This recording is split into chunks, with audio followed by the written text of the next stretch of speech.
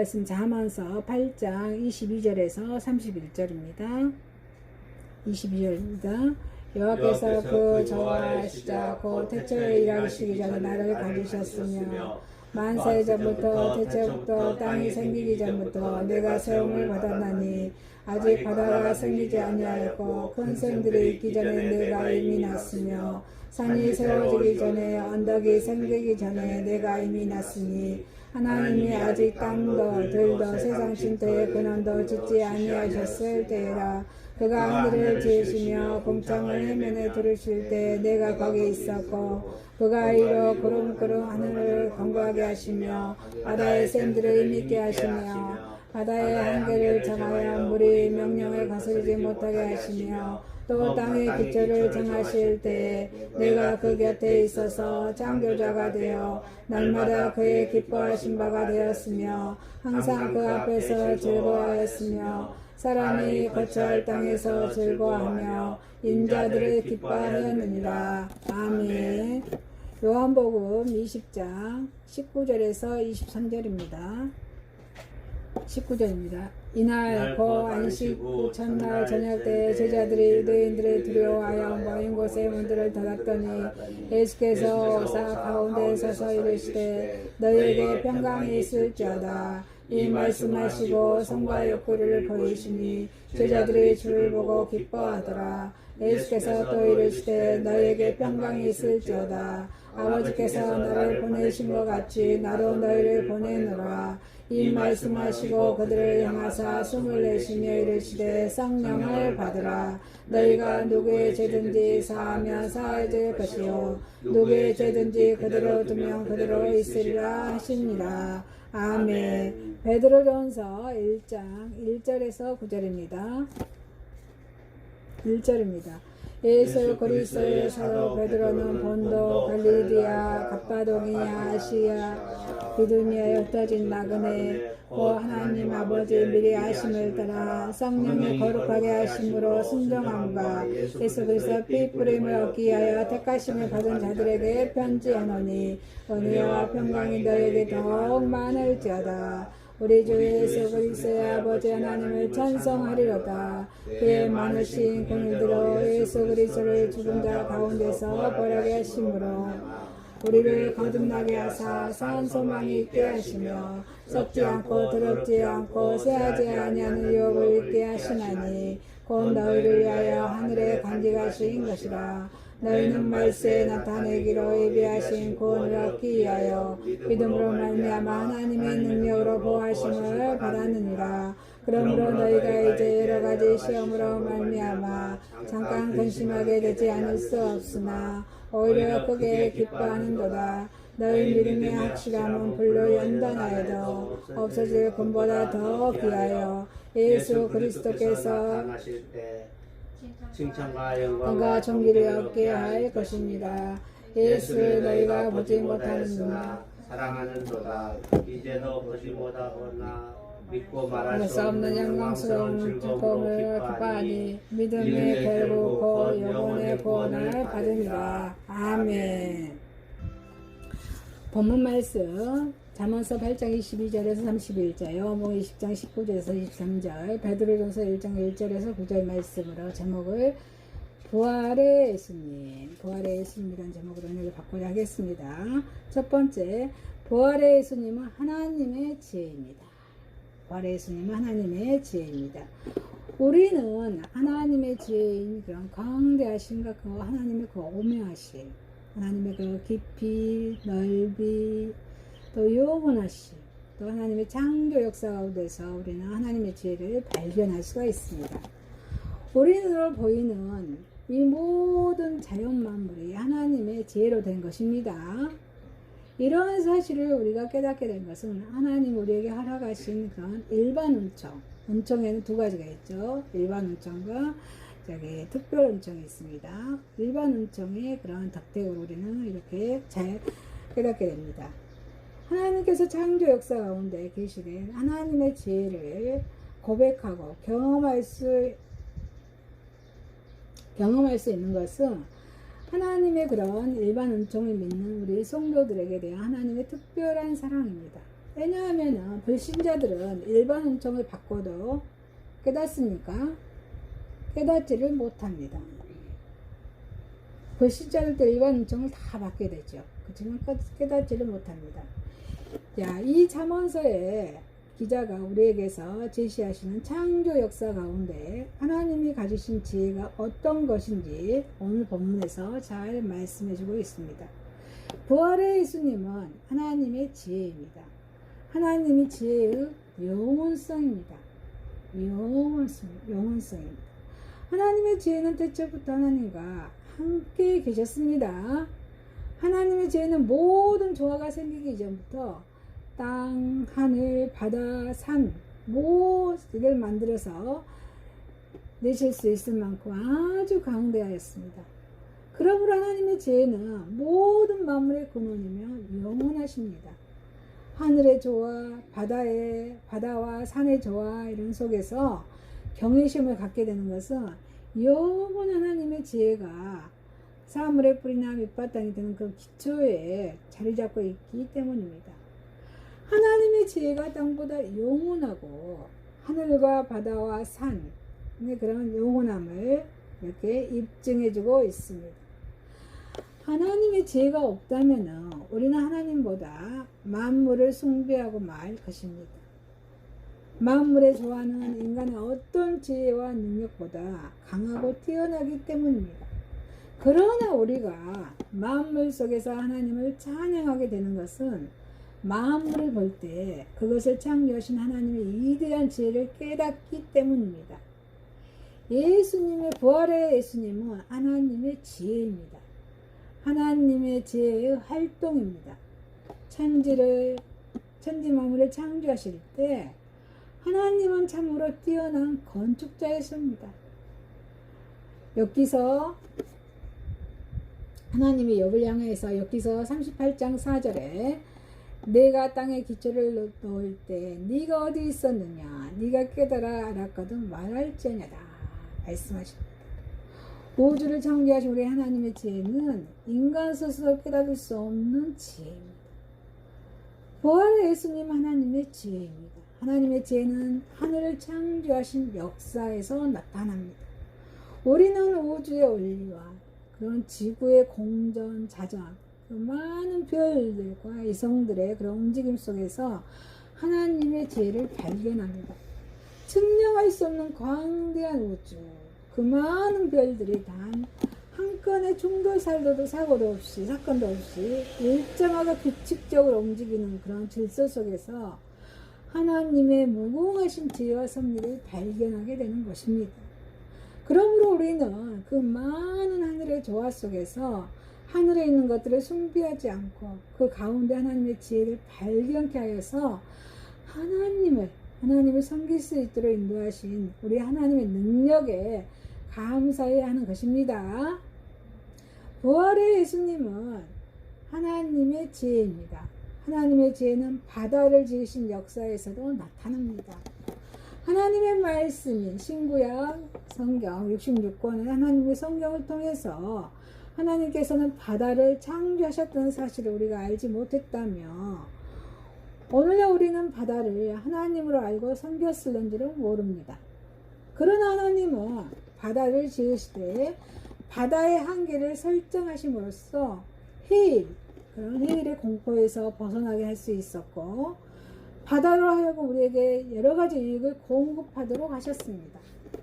하나님의 지혜는 사람들로 하여금 자연 만물을 보고 경탄케 함과 동시에 자연 만물에 우리 인간들을 위해서 예비해 주신 하나님의 선물이라는 사실을 깨닫게 하십니다. 그래서 우리는 더욱 하나님을 사랑할 수 있도록 하여 주시는 것입니다. 부활의 예수님은 하나님의 지혜입니다. 하나님의 지혜는 땅을 지으실 때도 나타납니다. 자, 우리 인간이 흙에서 취한 바, 우리 흙에서 나왔죠. 자, 흙에서 나왔음에도 불구하고 땅을 정복하고 지배할 수 있게 된 것은 하나님께서 땅을 인간들에 의해서 창조해 주셨기 때문입니다.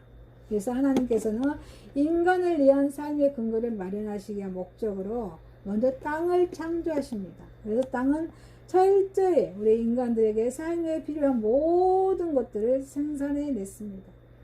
인간들이 땅 자체에 대한 욕심을 가지는 것은 바로 하나님의 은혜로 자기 욕심을 채우는 어리석은 행위입니다. 그래서 우리 인간은 온천적으로 땅을 소유할 수 있는 주인이 될 수 있어요, 없어요? 없습니다. 그래서 땅의 주인은 오직 창조해 주신 우리 하나님이시기 때문입니다. 자, 우리 부활의 예수님은 하나님의 지혜입니다. 영원한 하나님의 지혜이신 예수 그리스도입니다. 하나님의 지혜는 하늘, 바다, 땅을 창조하실 때, 그리고 모든 자연 만물들이 창조될 때 그 목적을 다 이룬 것이 아니었습니다. 하나님의 지혜는 인간들을 향해서도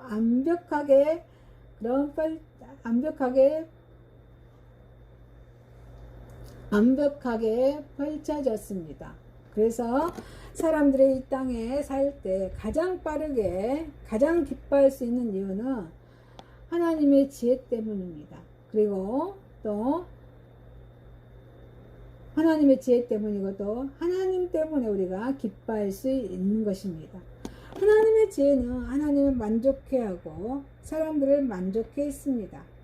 모든 피조물들을 매개체로 해서 하나님과 사람들을 함께 즐거워하게 하는 것이 바로 하나님의 지혜입니다. 오늘요 우리 이 지혜는 예수 그리스도를 의인하여서 우리는 이해할 수 있습니다. 그리스도는 하나님의 지혜입니다. 그리스도만이 하나님과 사람들을 동시에 기쁘게 하시는 유일한 지혜입니다. 그리스도를 나의 구주로 영접함으로 이러한 놀라운 지혜가 바로 우리의 것이 될 수 있는 것이기 때문입니다. 사랑하는 성도 여러분, 부활의 예수님은 하나님의 지혜입니다. 하나님의 지혜를 받으시길 소망합니다. 두 번째입니다. 선교 사명을 주신 예수님의 부활의 예수님입니다. 선교 사명을 주신 부활의 예수님입니다. 예수님께서 부활체로 제자들에게 나타나셔서 부활을 증명하십니다. 그래서 제자들에게 귀한 그런 전도 사명을 부어주십니다. 그리스도의 그런 부활과 사명, 이 사명을 부여한 사건은 예수 그리스도의 사역을 증거할 제자들에게 상당히 의미 있는 그런 사건이었습니다. 선교 사명을 주신 부활의 예수님입니다. 제자들에게 나타나신 그리스도입니다. 예수님께서 두려움 가운데 있는 제자들에게 나타나셨습니다. 그래서 19절에 한번 읽어봅니다. 이날 곧 안식 전날 저녁 때 제자들이 유대인들을 두려워하여 모인 곳에 문들을 닫았더니 예수께서 오사 가운데 서서 제자들은 예수님께 붙잡혀 가실 때 뿔뿔이 흩어졌습니다. 그래서 자기들도 스승처럼 끌려갈까봐 처형될지도 모른다는 그런 생각에 두려워서 떨고 있었습니다. 그리스도의 부활을 예수 그리스도의 부활을 제자들이 믿었다며 그 두려움에서 해방될 수 있었을 텐데 그 제자들은 안타깝게도 예수님께서 나타나시기 전까지 세상적인 그런 두려움에 사로잡혀 있었습니다. 그 제자들의 옅은 믿음은 마음의 문을 꼭꼭 걸어 잠근다고 해서 두려움을 막을 수는 없었습니다. 이런 상태에 있는 그들에게 평강을 주기 위해서 예수님께서 나타나셨습니다. 선교 사명을 주신 예수님의 부활입니다. 먼저 제자들에게 평강을 주셨습니다. 19절입니다. 시작. 가라사라에 너희에게 평강이 있을지어다. 21절에 예수께서 또 가라사대 너희에게 평강이 있을지어다. 이 두 말씀은 두려움에 떨고 있는 제자들의 가장 적절한 그런 인사말이었습니다. 부활로 이루어진 특별한 축복의 말씀이었습니다. 자, 세상의 근심, 두려움에 쌓여있는 제자들에게 필요한 것이 평강임을 우리 예수님께서 너무 잘 알고 계셨습니다. 예수님께서 고난당하실 때 제자들은 무정하게 예수님을 버렸습니다.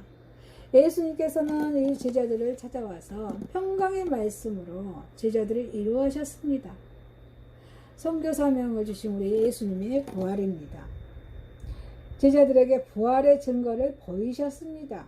자, 20절에 손과 옆구리를 보이시니 제자들이 주를 보고 기뻐하더라. 제자들은 그리스도의 부활을 믿지 않고 있었습니다. 그래서 제자들 가운데 나타난 우리 예수님을 보고 제자들은 귀신이 아닐까 당황했을 것입니다.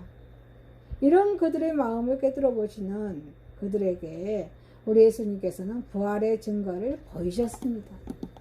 손과 옆구리에 남아있는 멋쩍, 창자국 이런 것도 보여주시면서 제자들을 안심시켜 하셨습니다. 제자들조차 그리스도의 부활을 믿기를 주저했다면 아마 부활의 일개성을 아마 제자들은 반증해주고 있습니다.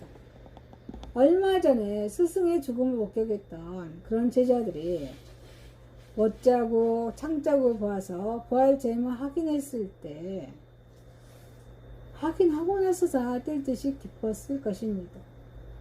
예수님의 부활로 말미암아 그들 역시 부활에 참여할 수 있음을 알았다면 더욱더 감격했을 것입니다. 자, 선교 사명을 주신 우리 예수님의 부활입니다. 예수님의 부활의 예수님은 선교 사명을 부어주십니다. 그래서 제자들은 선교의 사명을 부여받았습니다. 21절에 아버지께서 나를 보내신 것 같이 나도 너희를 보내노라. 하나님께서 예수님을 보내신 것처럼 구원을 계획하신 우리 하나님께서 구원을 완성하시기 위해서 예수님을 보내셨습니다. 그리고 예수님이 이제 우리 죄를 십자가에 죽으시고 부활하셔서 하나님 우편에서 중보기도 하시면서 우리 성령님을 보내주셨죠. 그래서 우리를 구원으로 인도하신 우리 성령이시지만 우리 성령님은 자 우리 예수님께 저와 여러분을 보내셔서 예수님을 증언케 하십니다. 이 세상에서 우리 예수님의 사역은 이제 다 끝나고 그 복음 사역을 이제 제자들에게 임하신 것입니다.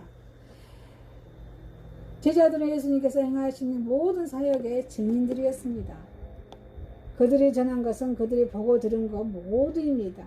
그래서 그리스도의 부활의 복음을 온 세계에 전할 사명이 그들에게 제자들에게 있는 것입니다. 그리스도의 대리자로서 복음을 전파하도록 파송된다는 것은 매우 영광스러운 것입니다. 예수님께서는 우리를 복음 전도자로 임명하셨습니다. 아멘이십니까? 그러므로 우리는 확신에 찬 목소리로 부활의 복음, 구원의 복음을 우리가 처해 있는 가정, 직장, 사업장에서 또 머물고 있는 이방인들을 향해서 선포해야 될지 믿습니다. 선교 사명을 주신 예수님의 부활입니다. 제자들은 성령으로 부여받았습니다. 22절에 저희를 향하사 숨을 내쉬며 가라사대 성령을 받으라. 그들에게 맡겨진 사명은 쉬운 일이 아닙니다. 어려운 일이기 때문에 그들을 도와줄 동반자, 이로자, 우리 성령을 주셨습니다. 아니십니까? 복음 전도자들이 성령으로 보장하지 않는다면 그들의 노력은 아무런 열매도 맺지 못하는 그런 헛된 것이 되고 맙니다. 성령을 부여받았다는 것은 복음 사역자가 되는 데 있어서 필수 조건이 됩니다. 제가 주중에 너무 지칩니다. 도넛을 가지고 가는데 주님의 사랑을 가지고 가는데요. 가기 싫습니다. 주님 그랬어요. 가기 싫습니다. 그날 비가 왔어요. 비가 많이 왔죠. 가기 싫습니다. 그렇지만 그 도넛을 준비해서 말씀과 가지고 도넛 가져오는데 1시간, 말씀 준비하는데 말씀 책자 준비하는데 한 2시간 정도 걸립니다. 준비해서 갑니다. 사업장을 갑니다. 그 사업장 가는데 거기 가보니까 여자 한 분이 계셔요. 남자들만 계시는데 여자분이 계시더라고요. 몽골 사람이에요. 소개를 하고 그 먹을 것과 복음을 줍니다. 또 한 사업장에 갑니다. 도넛과 말씀을 가지고 갔죠. 그런데 돌아오는 길에 몸이 가벼워요. 뜰 듯이 가벼워요. 왜 그랬을까요? 그냥 순종했어요. 순종했더니 몸이 그렇게 가볍고 가볍더라. 집에 가서도 몸이 가벼워요. 이게 성령님이 하시는 것입니다. 여러분들도 이런 은혜를 체험하시기 바랍니다. 성령을 부어받는다는 것은 복음 사역자가 되는 데 있어서 필수 조건이 됩니다. 세상의 고난을 감당하기에는 너무 허약한 우리로서는 예수님께서 하늘로 올라가시면서 성으로 주신 그런 성령의 능력에 힘입어야만 맡은 사명을 우리는 충실히 이행할 수 있을 것입니다. 선교 사명을 주신 우리 예수님, 부활의 예수님입니다. 제자들은 제4함의 능력을 부여받았습니다. 23절에 너희가 네 죄든지 사하면 사하여질 것이요 네 죄든지 그대로 두면 그대로 있으리라. 이 말씀은 회개의 복음을 전할 의무가 전도자에게 있다는 것입니다. 어제 빌 게이츠 목사님 서울에서 강연하십니다. 근데 잠깐 이제 유튜브를 통해서 듣는데요. 회개하라요. 회개하라. 주 제목이 나는 죄인입니다. 내가 죄인입니다. 그걸 고백해야 하는 그런 메시지의 내용이었습니다. 여러분, 여러분은 죄가 없으십니까? 저도 죄인입니다. 그래서 회개의 복음을 전할 정보가 의무가 저와 여러분에게 있습니다. 그들에게 부여된 제3의 능력은 성령의 능력입니다. 회개의 복음이 전해져서 회개의 역사가 일어나며 성령의 능력으로 제3이 행해진다는 말씀입니다. 듣든지 안 듣든지 보든지 안 보든지 전하십시오. 전도자의 개인의 능력이 절대 아님을 명심해야 합니다. 전도자는 다만 성령과 함께 동행하면서 회개의 복음을 선포하면 됩니다. 회개의 복음을 받아들인 곳에서는 틀림없이 성령의 도우심으로 제4함의 역사가 일어날 것입니다. 이 세상의 곳곳에서 제4함의 역사가 일어나도록 열심히 복음 전파 사명을 수행해 나가야겠습니다. 사랑하는 성도 여러분, 선교 사명을 주신 우리 예수님의 부활입니다. 선교 사명을 잘 감당하시길 소망합니다. 세 번째입니다. 부활의 예수님을 보지 않고도 믿는 신앙입니다. 부활의 예수님 보지 않고도 믿는 신앙입니다. 널리의 주장이나 사실 따라 바뀌기 위해서 의견이나 내용을 드러내서 말하는 것을 그렇게 말할 때 명확한 근거도 함께 제시하기 원하는 우리 현대인들입니다.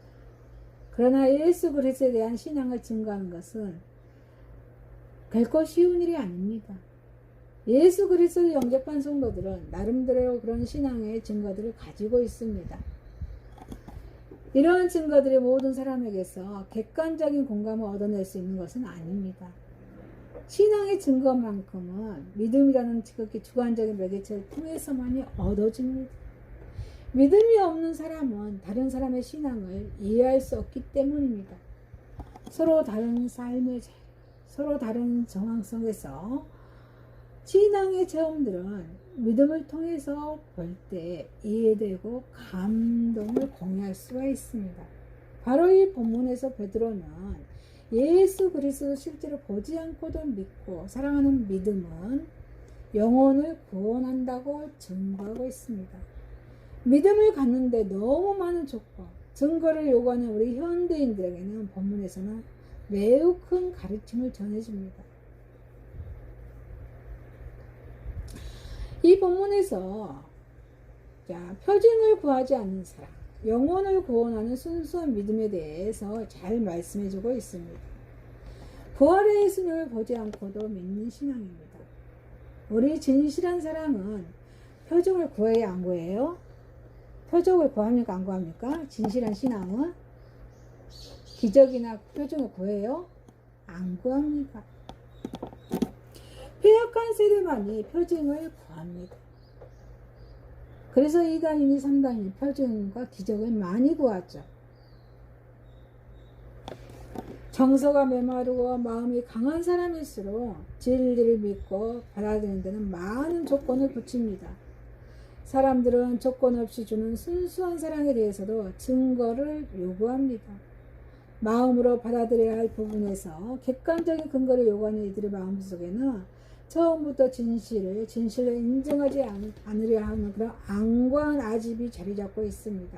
다시 말하면 이미 가지고 있는 믿음을 좀 더 견고케 하기 위해서 증표를 요구하는 것이 아니라 진실을 시험합니다. 부정한 것에서 표징을 요구한다는 것입니다. 오늘날 보지 않고는 예수 그리스도를 믿을 수 없다. 신앙의 근거가 될 만한 표징들을 보여달라고 요구하는 많은 사람들은 예수님을 확실히 알고자 하는 것이 아니라 진리, 하나님의 말씀을 부정하려는 그런 속셈들을 지니고 있다고 볼 수 있습니다. 예수님은 이런 사람들에게 표징을 보여주셔요? 보여주지 않으십니다. 설령 예수님께서 표징을 보여주셨어도 이들은 그것을 알아보지 못합니다. 예수님은 당신의 부활을 믿고 싶지만 죽은 자의 부활이라는 엄청난 사건 전체를 이해하지 못한 확신을 갖지 못하는 그런 도마에게는 못 박힌 그런 흔적에 남아있는 건 손과 발에 당신의 예수님의 그 증거로 보여주셨다고 요한복음 20장 24절에서 29절에 말씀하고 계십니다. 그러나 믿기 위해서가 아니라 시험하기 위해서 표적을 구하는 헤롯에게는 침묵으로 일관하셨다고 루가복음 23장 8절 9절에 말씀하십니다. 폐역한 세대일수록 표징을 구합니다. 하지만 우리 예수 그리스도의 사랑과 은혜는 표징이 아닙니다. 인간의 믿음을 통해서만 체험할 수 있습니다. 부활의 예수님을 보지 않고도 믿는 신앙입니다. 가장 분명한 믿음의 증표는 사랑입니다. 아니십니까? 사랑입니다. 예수님은 말이나 글로써 예수님의 존재를 밝히지 않으셨습니다. 주님은 죄인들을 십자가에 못 박아 죽으시고 부활하셔서 하늘에 오르시는 그런 삶 증거를 보여주셨습니다. 결코 식지 않은 인간에 대한 상한한 예수님의 사랑을 보여주셨던 것입니다. 오늘도 겸손히 예수님께 나아가는 자들이며 누구든지 체험하는 이 사랑은 보지 않고도 예수 그리스도를 믿게 하는 믿음의 분명한 증거가 됩니다. 이 사랑은 성도들로 하여금 예수님을 사랑하지 않을 수 없게 만드는 참된 신앙의 도대가 됩니다. 예수님께서 보여주신 사랑, 성도들이 예수님께 바치는 겸손한 사랑이야말로 신실한 그런 믿음의 근거입니다. 부활의 예수님을 보지 않고도 믿는 신앙입니다. 신실한 믿음은 영혼을 구원합니다. 영혼을 구원합니다. 믿음을 가진 자는 평안을 누립니다. 아니십니까? 믿음을 가진 자는 평안을 얻습니다. 예수님은 모든 사람에게 예수님을 계시하고 또 누구든지 예수님께 나와서 값없이 주는 은혜를 누리도록 부르셨습니다. 그래 주님께서는 주시는 이 구원과 영생의 은혜를 누리는 것은 믿음으로 예수 그리스도를 영접한 사람들 뿐입니다.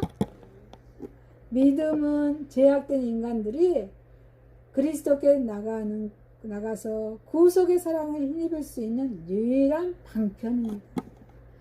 자신이 죄인임을 깨닫고 예수 그리스도 자비하시며 온 힘과 영혼을 내맡길 때 우리 인간은 완전하고 평안한 참된 평안을 누리게 됩니다. 아니십니까? 지금 당장 우리 육안으로는 예수 그리스도를 볼 수 없지만 우리 예수님을 진실로 믿는 사람에게는 영원할 수 없는 그런 하늘의 기쁨과 평화가 임하는 것입니다. 부활의 예수님을 보지 않고도 믿는 신앙입니다. 보지 않고도 믿는 믿음은 구원의 근거입니다. 우리 예수 그리스도를 보지 않고도 믿는 믿음은 어떤 표징도 구하지 않고 우리 전지전능하신 우리 하나님의 사비와 사랑에 자기를 맡기는 그런 믿음입니다. 이 믿음은 자신이 제약된 존재임을 누군가에 구속해 주지 않으면 영원히 멸망할 수밖에 없는 존재임을 자각하는 데서 비롯됩니다. 모든 죄과를 통회하며 구원받기를 갈망하는 마음이 있을 때 우리 모든 인간은 예수 그리스도의 사랑을 체험합니다. 그리고 눈으로 보는 것보다 더 분명한 믿음의 증거를 가질 수가 있습니다. 이 믿음으로 말미암아 우리 멸망의 운명에 놓여 있는 영혼을 구원할 수 있습니다.